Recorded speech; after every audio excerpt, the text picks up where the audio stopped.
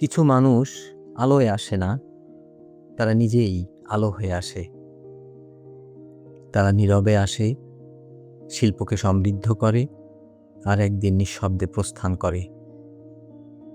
তাদের উপস্থিতি হয়তো চিৎকার করে না, কিন্তু তাদের অনুপস্থিতি মহাকালের বুকে এক বিশাল শূন্যতার মতো প্রতিধ্বনি তোলে। বাংলা নাটক ও চলচ্চিত্রের ইতিহাসে যখন কোনো নাম উচ্চারিত হয়, চারপাশের কোলাহল হঠাৎ স্তিমিত হয়ে আসে। সেই নামগুলোর একটি হুমায়ুন ফরিদী।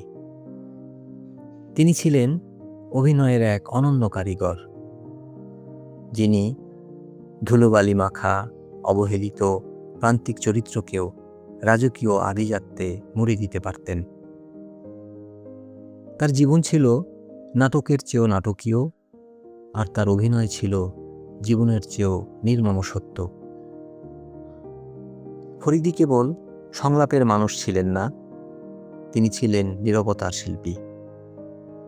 চোখ নামিয়ে রাখলেই বোঝা যেত এই মানুষটি অনেক কিছু দেখেছেন, অনেক ঝড় সহ্য করেছেন, অনেক কিছু বলার ছিল কিন্তু বলেননি।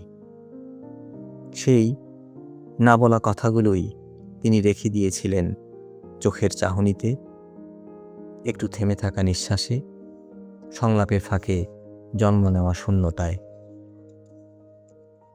মঞ্চনাটক ছিল ফরিদীর আদি ও অকৃত্রিম প্রেম। ঢাকা থিয়েটারের সেই ঘাম ভেজা দিনগুলোতে যখন তিনি মঞ্চে দাঁড়াতেন, হলের ভেতর দর্শকের নিঃশ্বাস নেওয়ার শব্দ কিছুক্ষণের জন্য থেমে যেত। সেখানেই তিনি শিখেছিলেন নীরবতার ভাষা, সংলাপের ওজন, আর দর্শকের হৃদস্পন্দন শোনার কৌশল। তিনি জানতেন কখন থামতে হয় আর কখন কিছু না বলেই অনেক কিছু বলা যায়। উইলিয়াম শেক্সপিয়ারের রাজা লিয়ার এই চরিত্রটি করার তৃষ্ণা তিনি আজীবন বয়ে বেড়িয়েছেন।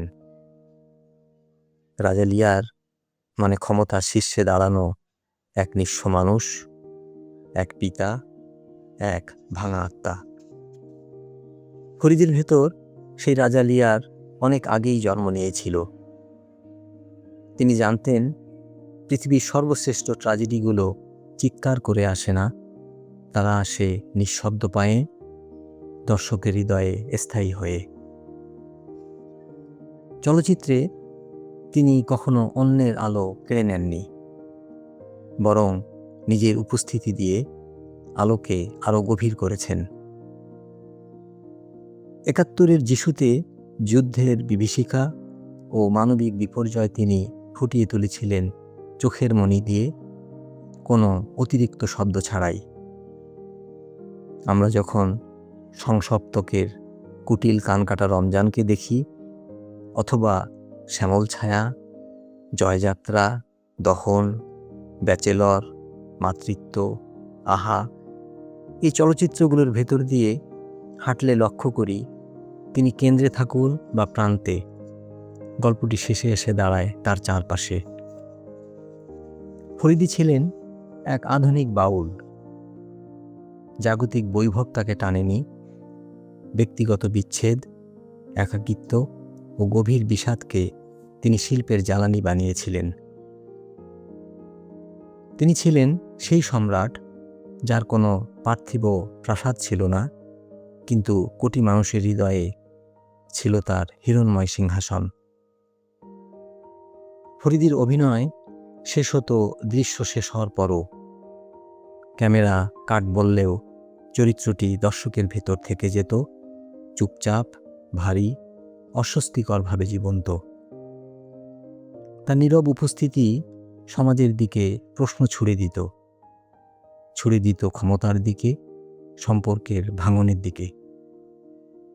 তিনি আমাদের ভয় দেখাতেন না, তিনি আমাদের নিজের ভেতরের অন্ধকারের মুখোমুখি দাঁড় করিয়ে দিতেন। প্রিয় দর্শক, হুমায়ুন ফরিদীর মতো নীরব, গভীর শিল্পীদের স্মরণ করার এই যাত্রায় আপনিও আমাদের সঙ্গী হতে পারেন। ভিডিওটি শেয়ার করুন এবং চ্যানেলটি সাবস্ক্রাইব করুন। আপনার এই ছোট্ট সমর্থনই আমাদের সাহস দেয় এমন নীরব, মানবিক ও কালজয়ী গল্পগুলো তুলে ধরতে। 2012 সালের 13 ফেব্রুয়ারি, ফাল্গুনের প্রথম সকালে প্রকৃতি বাসন্তী সাজে সেজেছিল। ঠিক তখন খবর এলো আমাদের এই শিল্পের জাদুকর চলে গেছেন। সেই অট্ট হাসি, সেই তীক্ষ্ণ চাহনি, সেই জাদুকরী কণ্ঠস্বর হঠাৎ স্তব্ধ হয়ে গেল। তবুও ফরিদি শেষ হয়ে যাননি। তিনি বেঁচে আছেন প্রতিটি মুহূর্তে। যখন কোনো নতুন অভিনেতা মঞ্চে দাঁড়িয়ে নিজেকে প্রমাণ করার চেষ্টা করে, তিনি বেঁচে আছেন আমাদের স্মৃতির সাদা কালো ফ্রেমে। আজও নতুন কোনো চরিত্র দেখলে, নতুন কোনো অভিনেতাকে দেখলে অজান্তেই মুখ থেকে বেরিয়ে আসে এক বাক্য, এই চরিত্রটা করলে ফরিদিকে মানাতো। এটি কেবল প্রশংসা নয়, এটি এক দীর্ঘশ্বাস, এক স্বীকৃতি যা কোনো পুরস্কার দিয়ে মাপা যায় না।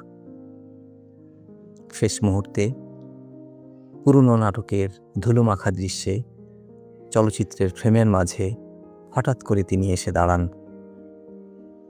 এক নীরব উপস্থিতি যা কোনো শব্দে ধরা পড়ে না, কিন্তু অনুভূত হয় প্রতিটি চোখে, প্রতিটি নিঃশ্বাসে।